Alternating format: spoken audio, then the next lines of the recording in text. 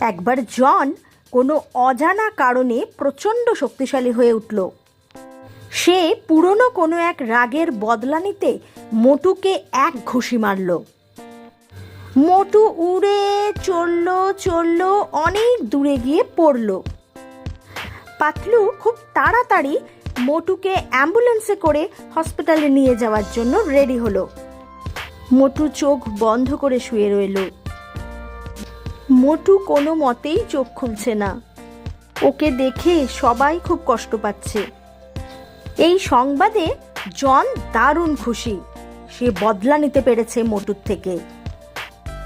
এদিকে doctor injection ready করছে মোটুকে দেবে বলে।